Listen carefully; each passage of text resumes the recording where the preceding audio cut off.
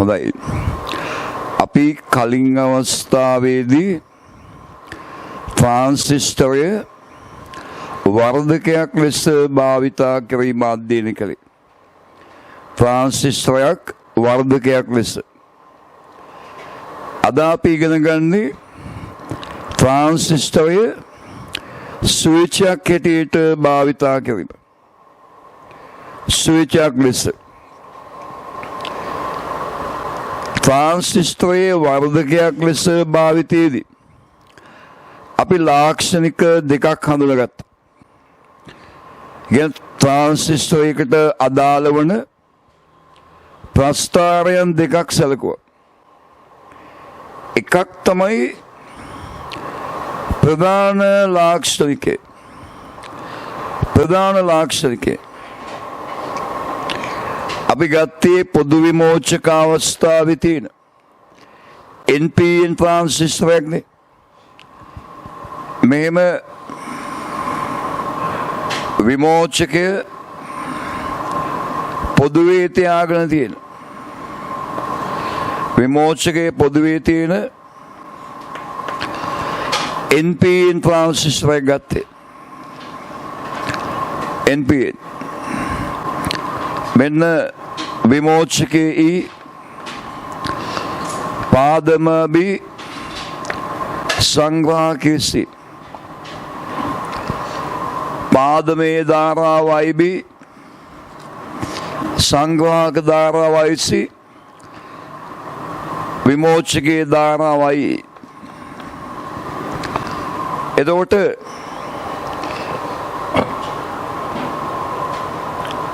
මුලින්ම ප්‍රස්ථාරයෙන්දී මෙන්න මේ BEට විවිධ විභාන්තර ලබා දීලා IB. එතකොට ඒ ප්‍රස්ථාරය මේවා VB සමග IB. ඒක ප්‍රධාන ලාක්ෂණිකය. ඒකෙන් අපි තීරණය කළා ට්‍රාන්සිස්ටරයේ වර්ධකයක් ලෙස භාවිතා කිරීමේදී BE සංදේට ලබා දෙන විභාන්තය තියෙන්නේ. ඒක 0.7 වෝල්ට් ඉක්මවා ලබා දිය යුතුයි. PN සංදේ බාධක විභවය ඉක්මවා ලබා දිය යුතුයි. ඊළඟට අපි එන්නේ IB වෙනස් කරමින් IC. ඒකට අපි කියේ සංක්‍රාමනික ලාක්ෂණිකය. මේ තියෙන සංක්‍රාමනික ලාක්ෂණිකය. IB වෙනස් කරමින් IC. ඒකේ පේනවා IB එකාගයකට යනකම් IC ධාරාව බිඳුවයි. IB යම් අගයකට යනකම් IC බිඳුවයිනේ. ඒක අපි හඳුන්වන්නේ කපායරී අවස්ථාව කියලා. කපායරී අවස්ථාව. IB වල එක්තරා පරාසයකදී IB වැඩි වෙද්දී IC වැඩි වෙනවා. IB වලගේ වැඩි වෙද්දී IC වැඩි වෙනවා. ඒක ක්‍රියාකාරී අවස්ථාව. ක්‍රියාකාරී අවස්ථාව. IB එක සීමාවකින් යනට ගියාම IC සංතෘප්ත වෙනවා. ඒ අවස්ථාව සංතෘප්ත අවස්ථාව. වර්ධකයක් ලෙස භාවිතයේදී ක්‍රියාකාරී අවස්ථාවේ තියාගන්න ඕන. ඒ ක්‍රියාකාරී අවස්ථාවේ තියාගන්න එක අමාරුයි. නිතරම බලන්නේ සංතෘප්ත වෙන්න. ඒකට අපි උපක්‍රම කීපයක් භාවිතා කළා. එක උපක්‍රමයක් තමයි මේ පාදමයි සංග්‍රහකය එක සම්බන්ධ කළා. ඒ දෙන්නට පොදු විභවයක් දුන්නා. VCC කියලා. පාදමට ප්‍රතිරෝධයක් දාලා RB කියලා පාදමේ විභවය පාලනය කළා. සංග්‍රාහකයට දැම්මාම සිපතල දෙයක් දාලා සංග්‍රාහකයේ විභව පාලනය කළා. ඒ පාලනයන් හරියට තියාගත්තොත් තමයි ක්‍රියාකාරී අවස්ථාවට එන්නේ. මේ සම්බන්ධය නැති කළොත් එහෙම ඉතා පහසුවෙන් සන්තුෂ්ත වෙනවා.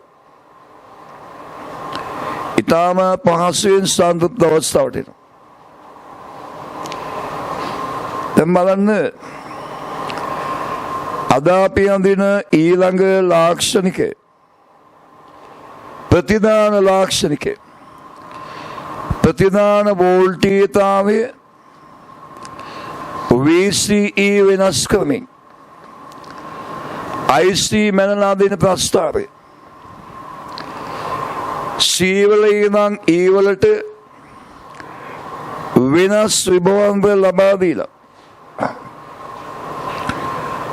VCE වෙනස් කරමින් IC අඳින ප්‍රස්තාවය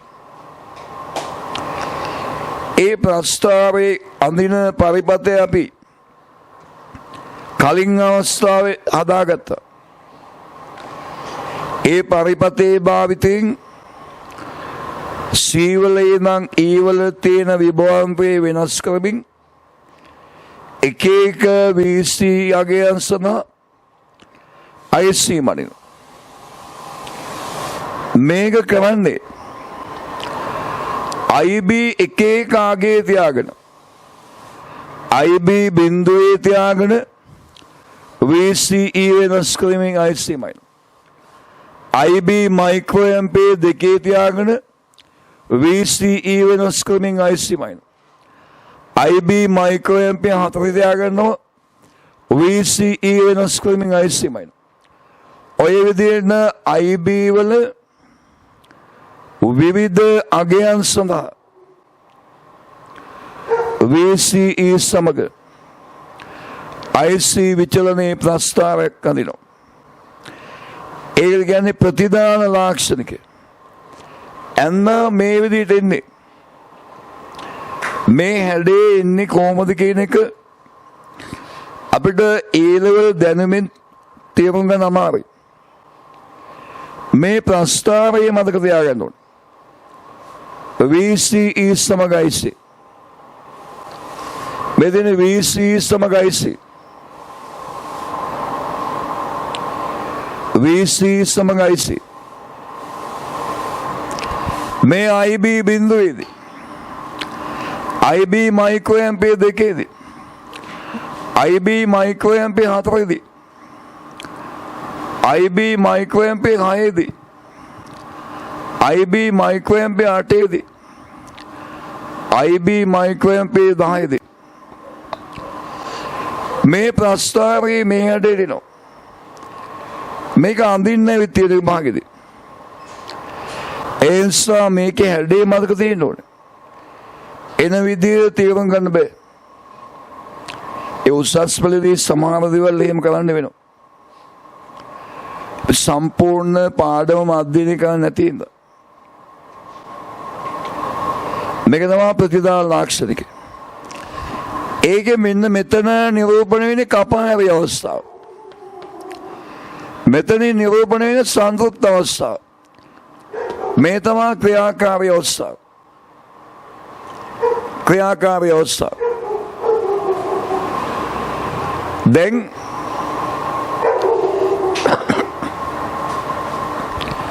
මේකේ ක්‍රියාකාරී අවස්ථාව අමතක කරනවා. අපි ක්‍රියාකාරී අවස්ථාව භාවිතා කරන්නේ වර්ධකයක් ලෙස භාවිතයේදී. ස්විච්චේදී ක්‍රියාකාරී අවස්ථාව තියාගන්නේ. ට්‍රාන්සිස්ටරය ස්විච්චයක් ලෙස භාවිතයේදී ක්‍රියාකාරී අවස්ථාව තියාගන්නේ. මුලින්ම බලමු මේ ට්‍රාන්සිස්ටරය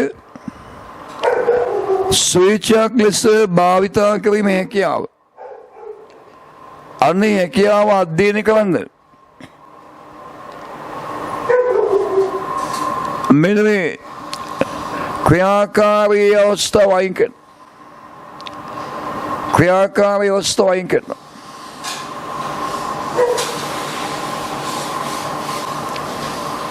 එතකොට කපාය ව්‍යවස්ථාවේ සංතෘප්ත අවස්ථාවේ තියෙන මම ඒ දෙක වෙනම අදිනවා.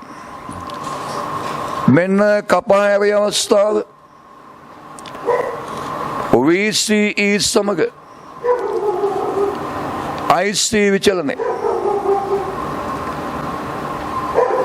මේ තියෙන කපාය ව්‍යවස්ථාවේ VC සමග IC ඊළඟට සංතෘප්ත අවස්ථාව වෙනම අදිනවා.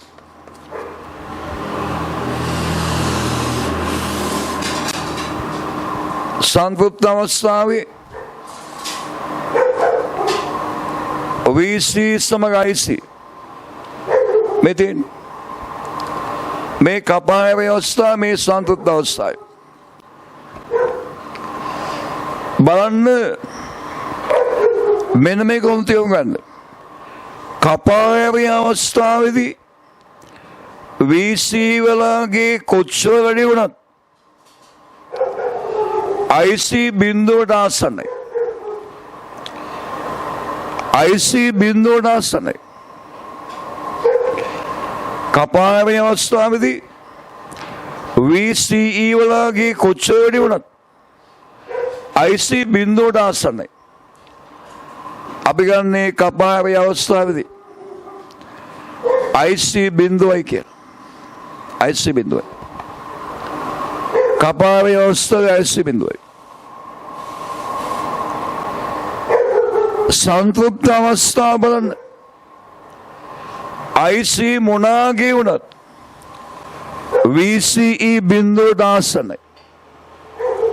සංතෘප්ත අවස්ථාවේ IC කොච්චර වැඩි වුණත් VC බිඳුවට ආසන්නයි. අපි ගන්නේ VCE බිඳුවයි කියලා. සංතෘප්ත අවස්ථාවේ. අද ඉගෙන ගන්න සිද්ධාන්තවල ට්‍රාන්සිස්ටරයක් ස්විච්යක් ලෙස භාවිතයේදී වැදගත්ම ඔය දෙක.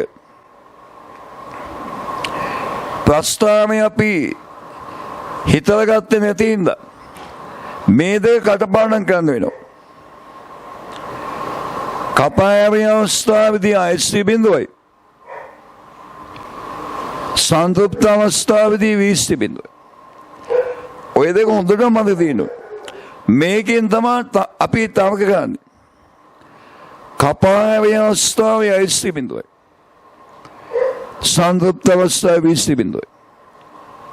කපාය අවස්ථාවේ මෙන්න මේ IC බිඳුවයි. සංතෘප්ත අවස්ථාවේ VC බිඳුවයි. කපාය අවස්ථාවේ IC බිඳුවයි. සංතෘප්ත අවස්ථාවේ VC බිඳුවයි. දැන් බලන්න ඒකෙන් ගන්න පුළුවන් තර්කය මෙතන විභවම්බේ VCC නේ. මෙතන බිඳුවයිනේ. මෙතන විභවම් VCC සමානයි.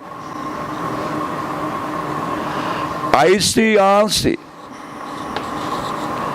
මෙතන විභවම්බේ IC වන කාසි ධන VC පොදු විමෝචක අවස්ථාව තියෙන්නේ. වෝල්ටේජ ප්‍රදානය කරන මෙතන VI ප්‍රතිදානය වෙන මෙතනින් සංවාහකයේ විමෝචක VO.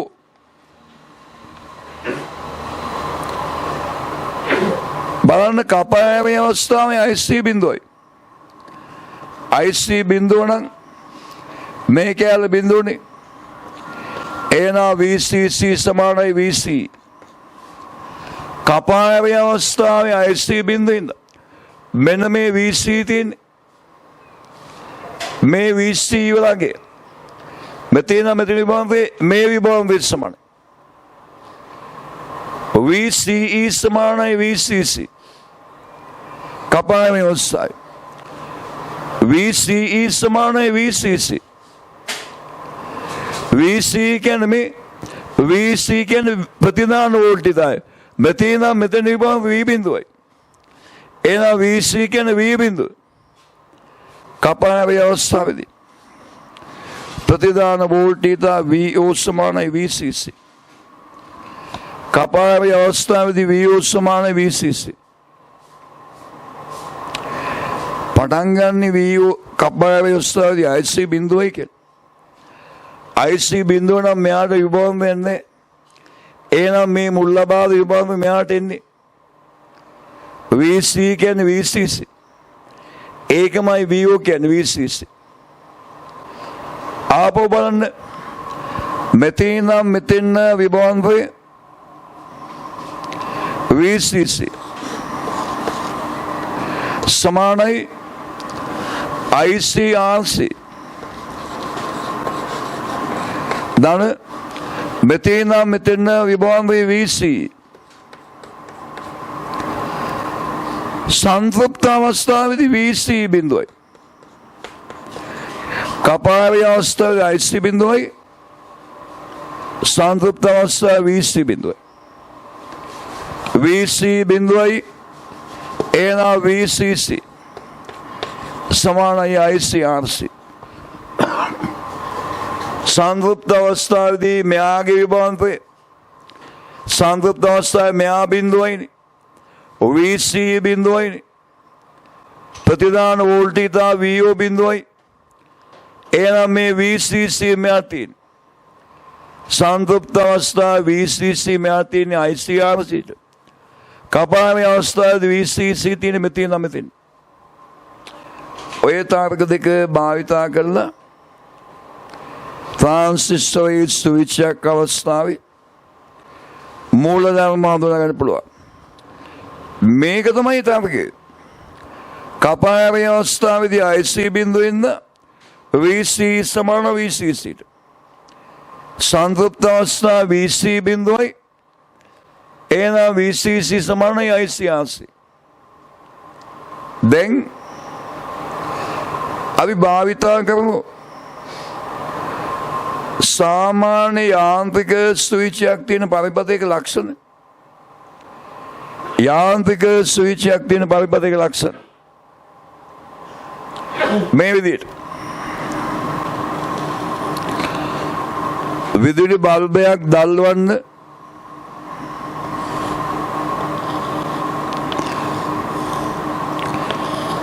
කෝෂයක් භාවිතා කරන පරිපථයක්.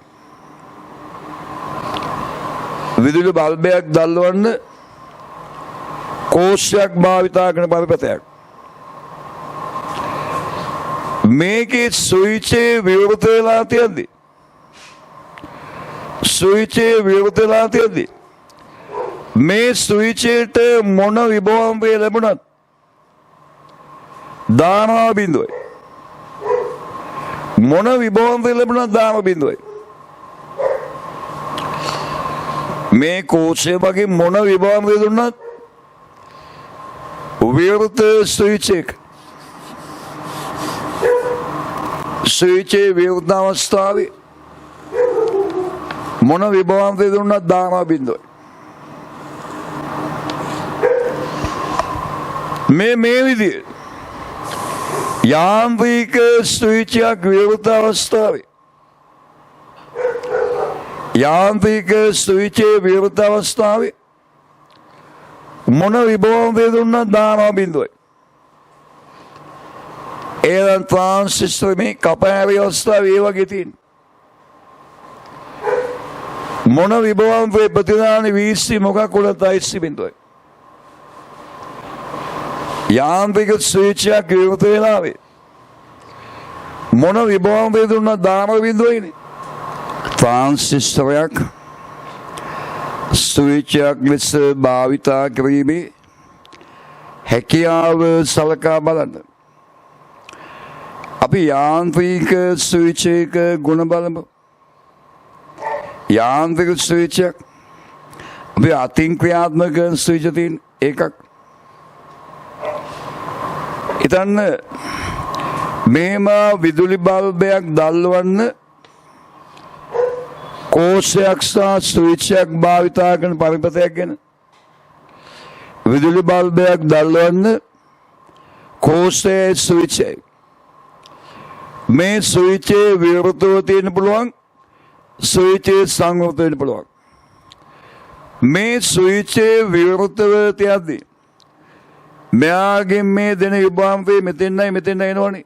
මෙයක් වෙයි මෙතෙන් මොන විභවාන්තය ලබා දුන්නත් ධාරාවක් කියන්නේ විවෘත ස්විච් එක මොන විභවාන්තය ලබා දුන්නත් ධාරාව ගලන්නේ.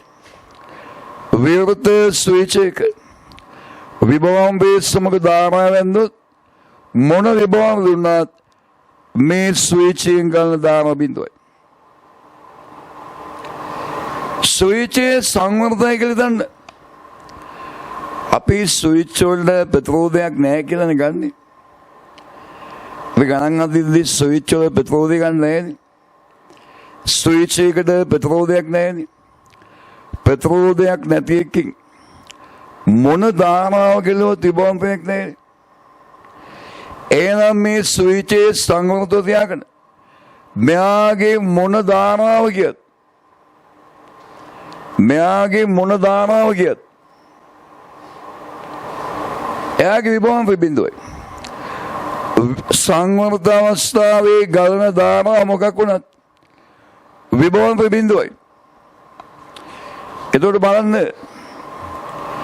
ට්‍රාන්සිස්ටරේ කපායරි අවස්ථාවේදී විවෘත ස්විච් එක ගුණ පෙන්නනවා.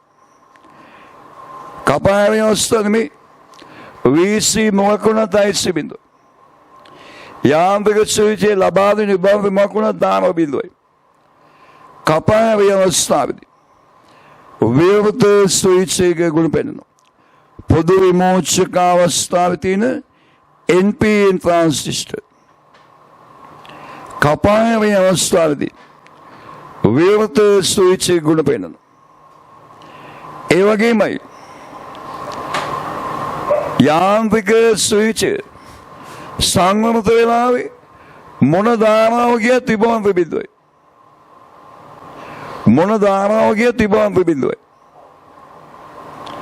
ඒ කියන්නේ ට්‍රාන්සිස්ටරේ සංවෘත අවස්ථාවේ මොන ධාරාව ගියත් VC බිඳුවයි.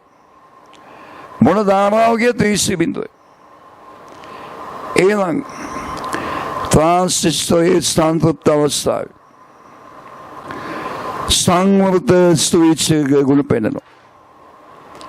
පොදු විමෝචක අවස්ථාවේ පවතින NPN ට්‍රාන්සිස්ටරේ කපායරි අවස්ථාවේදී විවෘත ස්විච් එක ගුණ පෙන්නනවා. සංතෘප්ත අවස්ථාවේදී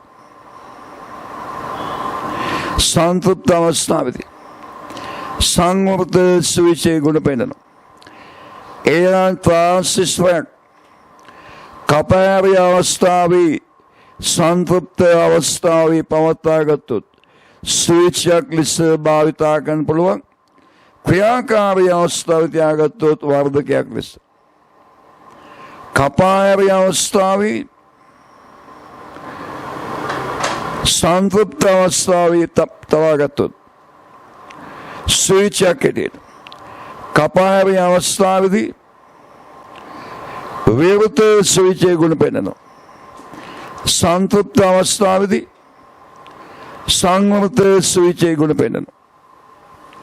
ඒ නිසා කපායරි අවස්ථාවේ සංතෘප්ත අවස්ථාවේ තියාගෙන ස්විච් එකක් හැටියට භාවිතා කරන්න පුළුවන්. ඒ භාවිතා කරද්දී ගුණ තමයි මේව ගන්නේ. කපායරි අවස්ථාවේදී IC බිඳුවයි. එහෙනම් VO සමානයි VCC. ප්‍රතිදාන වෝල්ටේජ VO සමාන VCC. සංතෘප්ත අවස්ථාව VC බිඳුවයි.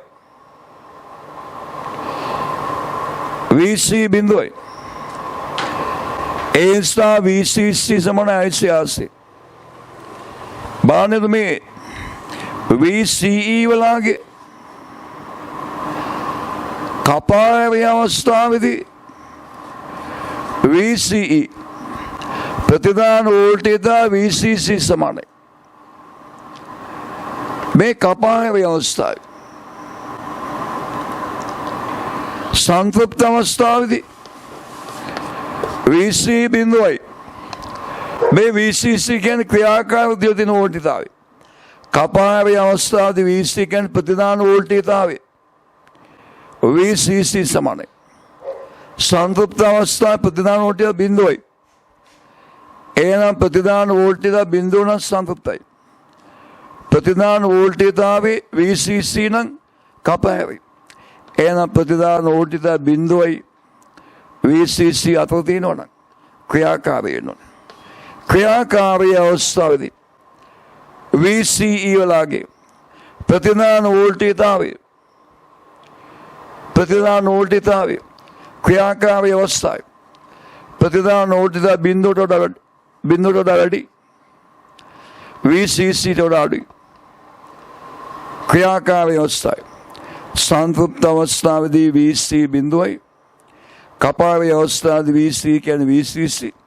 ක්‍රියාකාරී අවස්ථාවේදී ප්‍රතිදාන වෝල්ටේජය VC තියෙන්නේ බිඳුවයි VC අතර. බිඳුව සහ VCC අතර. දැන් බලන්න අපි ගමු උදාහරණයක් ගමු. ට්‍රාන්සිස්ටරය ස්විච් එකක් ලෙස භාවිතා කිරීමත් එක්ක උදාහරණයක් ගමු. බලන්න මේ තියෙන්නේ පොදු විමෝචක අවස්ථාවේ තියෙන NPN ට්‍රාන්සිස්ටරය. මෙතන විභවයේ VCC. මෙතන VC. VCම තමයි VO කියන්නේ. කපාවේ අවස්ථාවේදී IC බිඳුවයි එහෙනම් VCE සමාන වෙනවා VCCට. එහෙනම් VO ප්‍රතිදාන වෝල්ටේජය VO සමානයි VCC. කපාවේ අවස්ථාවේ සංතෘප්ත අවස්ථාවේ VCE බිඳුවයි VC බිඳුවයි කියන්නේ VO බිඳුවයි. VO ප්‍රතිදාන බිඳුවයි සංතෘප්ත වෙලා. කපාවේ අවස්ථාවේදී VO කියන්නේ VCC. මෙයා වෝල්ට් 5යි නම් කපාවේ අවස්ථාවේදී ප්‍රතිදාන වෝල්ටේජය 5යි. සංතෘප්ත අවස්ථාවේ ප්‍රතිදාන වෝල්ටේජය බිඳුවයි. ප්‍රතිදාන වෝල්ටේජය VO බිඳුවයි 5යි අතර තියෙනවනම් ක්‍රියාකාරී අවස්ථාවේදී ඔය ක්‍රියාකාරී අවස්ථාව කියලා හඳුනගන්න එකමයක්. මේ වෝල්ටේජය බිඳුවයි මේගේ අතර තියෙනවනම් ප්‍රතිදානයේ ක්‍රියාකාරී අවස්ථාවේදී ට්‍රාන්සිස්ටරයේ ස්විච් එකකට භාවිතා කරද්දී ක්‍රියාකාරී අවස්ථාව තියාගන්නේ කෙලින්ම කපාවේ අවස්ථාවේ සංතෘප්ත අවස්ථාව. ඒක රිලීසි. ක්‍රියාකාරී අවස්ථාව තියාගන්න තමයි අමාරු. ක්‍රියාකාරී අවස්ථාව තියාගන්න අපි ක්‍රියාදාම ගොඩක් ගන්නවා. පාදමයි සංග්‍රහකය එක සම්බන්ධ කරනවා. ඒ දෙන්නට එක විභවයක් දෙනවා. ප්‍රතිරෝධාල විභවයන් පාලනය කරනවා. පාලනය කළා ඊට වඩා බීගේ විභවය වැඩියෙන් තියාගන්නවා 0.7ක්. බීට වඩා සීගේ විභවය යම් ප්‍රමාණයක් වැඩියෙන් තියාගන්නවා. ඒ ක්‍රියාකාරී අවස්ථාව තියාගන්න. ස්විච් එකකට භාවිතා කරන සංතෘප්තයිනේ මේ සම්බන්ධය නැති කළ දාන්න. මේ කෙලෙ මෙහෙම ගන්නවා. මෙහෙම තියාගෙන යම් සැලකිය යුතු විභවය ලබා දීපු ගමන් සංතෘප්ත වෙනවා. සැලකිය යුතු විභවයක් ලබා දුන ගමන් සංතෘප්තයි. පාලනේ නැහැ. පාලනේ නැති කළ තියෙන්නේ. පාලනේ නැති වුණ ගමන් ක්‍රියාකාරී අවස්ථාවට එන්නේ සංතෘප්ත වෙනවා. ඒ සමේ පාදමේ සංග්‍රහකේ සම්බන්ධේ නැතුව මෙහෙම තියෙනවනේ. ඒ ගොඩාක් වෙලාවට ස්විච් එකකට භාවිතා කරනවා. පාලනය කරන්නේ නැහැ. ඒ නිසා යම් විභවයක් ප්‍රදාන කරපුවම ප්‍රතිදාන සංතෘප්ත වෙනවා. මේක පොඩි අගයක තියාගත්තාම කපාය වෙනවා. ක්‍රියාකාරී අවස්ථාවට එන්නේ. මේක තමයි ක්‍රියාකාරී අවස්ථාවේ තියාගන්න ක්‍රමය. පාලනය කරලා මේක භාවිතා කරන්නේ වර්ධක පරිපතයක. වර්ධකයක්. මේක භාවිතා කරන්නේ ස්විච්යක් හැටියට. අනිවාර්යනේ බොහෝ විට එහෙමයි. මේ සම්බන්ධය නැතුව තියාගන්නේ ස්විච්යක් හැටියට භාවිතා කරනවා. ස්විච්යක් හැටියට. මේ සම්බන්ධය මෙතන තියාගන්නේ වර්ධකයක් හැටියට භාවිතා කිරීමේ උපක්‍රමයක් ලෙස. දැන් අපි වර්ධක අයින් කරමු. අපි වර්ධකය ඉගෙන ගත්තා. මෙන්න මේ අවස්ථාව අයින් කරන වර්ධක අවස්ථාව. දැන් බලන්න මේ වෝල්ටීයතාවයේ 5 වෝල්ට් කියලා හිතන්න. 5 වෝල්ට්. මේ VI ලෙස අපි බිඳුවක් දෙනවා. ප්‍රදානය කරන බිඳුවක්. බිඳුව ප්‍රදානය කළා කියන්නේ අනිවාර්යෙන් කපායවිනේ. ප්‍රධාන වෝල්ටීයතාව බිඳුව නම් කපායවි. කපායවි නම් VO සමානයි VCC. ප්‍රතිදාන වෝල්ටීයතාවය 5 වෝල්ට්. VO 5 වෝල්ට් එනවා. අපි මෙතෙන් 5 වෝල්ට් දෙනවා කියලා හිතන්න. VI ලෙස ලොකු විභවය. සාමාන්‍ය වර්ධකයක දෙන්නේ මිලි වෝල්ට් ප්‍රමාණයේ වෝල්ටීයතාව. වෝල්ට් 5 කියන්නේ ලොකු වෝල්ටීයතාවය. ලබා දීපු ගමන් සංතෘප්ත වෙනවා. වෝල්ට් 5ක් දුන්නොත් සංතෘප්ත වෙනවා. වර්ධකයක් ලෙස භාවිතා කරද්දී මිලි වෝල්ට් ප්‍රමාණය ප්‍රදාන කරන්නේ. වෝල්ට් 5ක් දුන්නොත් මේ පාලනය නැති කළ වෝල්ට් 5ක් දෙන්නේ. අනිවාර්යෙන් සංතෘප්ත වෙනවා. සංතෘප්ත නා VC බිඳුවයි එනවා VO බිඳුවයි. එහෙනම් මේ පරිපතේට වෝල්ට් 5ක් ප්‍රදානයේ බිඳුවක් දුන්නොත් 5ක් ප්‍රතිදාන වෙනවා. වෝල්ට් 5ක් දුන්නොත් බිඳුවක් ප්‍රතිදාන වෙනවා. මේ ට්‍රාන්සිස්ටරයේ ස්විච්යක් ලෙස භාවිතයි. අපි මේ ලබා දෙන වෝල්ටීයතාවයන් ප්‍රස්ථාරකයෙන් ඇඳුවොත් බිඳුවක් ප්‍රදානය කළොත් 5 වෝල්ට් ප්‍රතිදානය වෙනවා. 5 වෝල්ට් ප්‍රදානය කළොත් මේ ප්‍රතිදානයේ බිඳුවයි. බිඳුව ප්‍රදානය කළොත් 5 වෝල්ට්. 5 වෝල්ට් ප්‍රදානය කළොත් බිඳුවයි.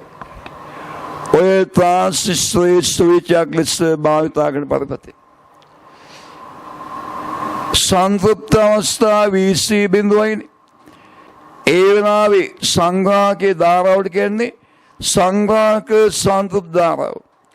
සංග්‍රාහක සංතෘප්ත ධාරාව යන්නේ සංතෘප්ත අවස්ථාවේ තියෙනවා කියලා හිතාගන්න. ඒ අවස්ථාවේදී මේ VC බිඳුවයි. එහෙනම් මෙයාගේ මුළු විභවය මෙයාට එන්නේ. මෙයාට V සමානයි IR දානවා. සංග්‍රාහකයේ සංතෘප්ත ධාරාව යන්නේ. අනිත් එක තමයි ක්‍රියාකාරී අවස්ථාවේදී IC බෙදීම IB සමානයි බීටනේ. එහෙනම් මේ IB මෙයාට ගියාම IC සමානයි බීට වරක් IB. ඔය ක්‍රියාකාරී අවස්ථාවේ